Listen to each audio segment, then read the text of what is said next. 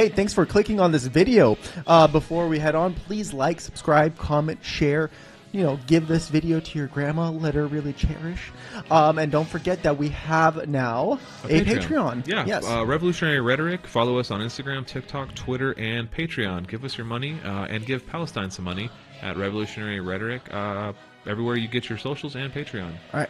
Now on to the video. The House voted to sanction the ICC again because the ICC, as you recall, released some arrest warrants for a handful of people, among them Benjamin Netanyahu and Gallant. I think he's the defense minister for Israel. Yeah. For their he's the war head of crimes. the IDF. Yeah, for their war crimes and for everything short of genocide.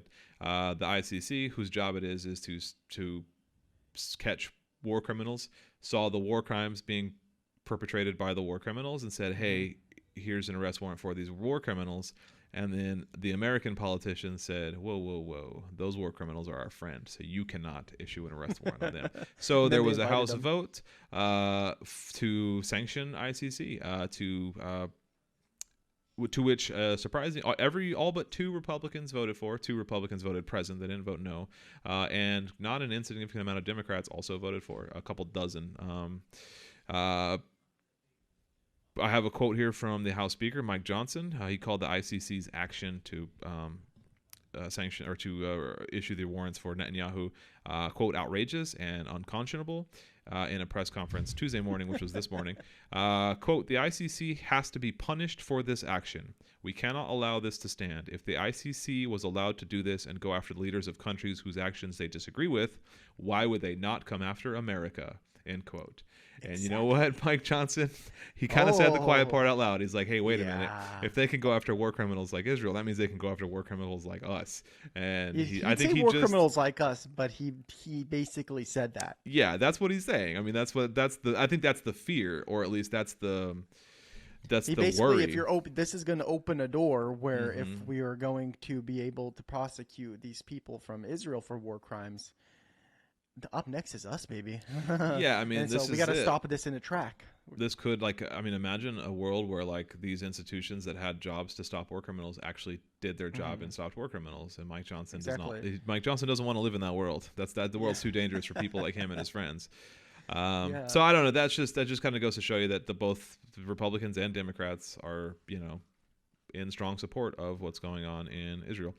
With the Palestinian people. I should also mention, though, that while Biden has said that he disagrees and thinks it's ludicrous that the ICC issued an arrest warrant for Netanyahu, he says that this bill is not it goes too far. So he said he won't sign it if it goes to his desk, which isn't really the point. The point is that it can pass in the House. Oh, he will. Yeah. He will sign it. I bet. You bet he will. Just saying this because it has to go through the Senate too. Election. Yeah, and I don't know. It would just need a couple of Democrats to stand against it. Like Bernie Sanders, for example, he probably wouldn't sign this bill right in the Senate. So that would be a 49 to 51 if every Republican or if every Republican voted in favor of it. But I guess I don't know. I mean, you don't need. All you need is 1 or 2 Democrats. I guess is the other flip side of that is in the Senate. All you would need is a couple Democrats to support this, and then boom, you got a majority. Yeah, but I don't know how much I trust even Bernie anymore. Nah, he's been pretty vocal, not anti-Israel, because he's still pretty anti-Hamas. He condemns Hamas, but he's Hamas. Yeah, he's still the actions are unconscionable of the actions of October 7th. That's not a good Bernie. That's actually not that bad. Was that not bad? Okay. I'll work on it. But yeah, he's put a little bit more lip to it. Yeah. Wet your lips a lot. Yeah, he's come out against October 7th, against Hamas, but he's still been but what Israel's doing is too far or whatever. So he's a both sides, or he's a two-stater. Well, I mean, we're all against innocent civilians getting killed, but the understanding of what October 7th was. Yeah, but that's more my point. Is he's missing the broader material conditions that kind of led to that. Yeah, I think that's just his own heritage clouding his judgment. Yeah. I do want to say a few things. Yeah, what do you got? In this article that we brought up from the NBC News, so despite Biden's criticism of the ICC, other allies in the of the U.S. and Israel, including France and Belgium, have defended the court's independence. Mm-hmm. So there are Western nations that are now slowly starting, I wouldn't say to be in favor, obviously, of Palestine, but they're kind of like, okay, man, this is just like pushing it far. Like there is only a certain, certain distance that you can push us until we have to like kind of be open, like, yo, this is not okay. So Belgium and France have basically defended the court's independence, saying you can't sanction the ICC when you're a major part of the ICC, and you can't just like blatantly say control international law whenever you want.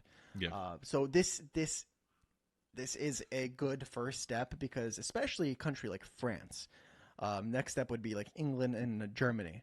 If we can turn those countries against the U.S., the international favor of Israel, which is already quite slim as it is, would really start turning around. And I think things like that court order of Netanyahu getting arrested could actually happen. But we'd have to get basically everybody on the planet besides the U.S. Like Germany already said that if he steps in, on foot in Germany, that he would be arrested. Exactly. So like we just need, like you said, England, France. I think France and Belgium are like close. I don't know. England, I think, is pretty pro-Israel, but I don't know. I see your point of like that's what it's really going to take is like a unified, all the Western leaders kind of rallying behind that, because there's a breaking point is all I'm saying, is that we can reach that breaking point, and I don't know, for different countries it's going to be a different breaking point, but the more countries that slowly start falling off that bandwagon of pro-Israel, the faster this can be resolved. And I also want to say that if this does happen and we do arrest Netanyahu, we talked about a couple episodes ago where basically the Hague Act that America has this like secret little hidden gem up their sleeve. It's not the Hague Act. I forgot what it was called. That's what it was informally known as. I forget what the actual. It's informally known as the Hague Act. I'll put it up here in the video for what the actual term is. And basically, it says if an American diplomat or a U.S. troop or somebody, anybody, really, any American gets put in the Hague for war crimes or something like that, America has the right, nay, the opportunity to invade the Hague and basically take over the International Criminal Court, which is absolutely fucking crazy to me. Yeah. But I don't know if Netanyahu would count as an American agent, even though I say he would. I don't know if America would care, but I mean, I think if we're playing out the hypothetical that Netanyahu flies to Germany and German police arrest Netanyahu and deliver him to the Hague and then in the Netherlands, would America invade to bust out Bibi? I don't think so. He was born in Philadelphia. They could be like, oh, he's an American citizen by birth. I don't think he was born in Philadelphia. I think he lived in Philadelphia. I think we had to retract that, because I think we said in one of the earlier episodes that he was born in Philadelphia. He wasn't. I think he was born in Tel Aviv, but he like grew up in Philadelphia. He went to like school in Philadelphia. I'm pretty sure. He was born in Tel Aviv. Yeah. I think and like one of our early episodes, we misspoke. We thought he was born in Philadelphia. He was not born in Philadelphia. He was born in Tel Aviv. But he did. But he grew up in Philadelphia. Grew up in Philly. Yeah. Okay, that makes sense. Yeah. Well, at least we have that open and clear now. Yeah.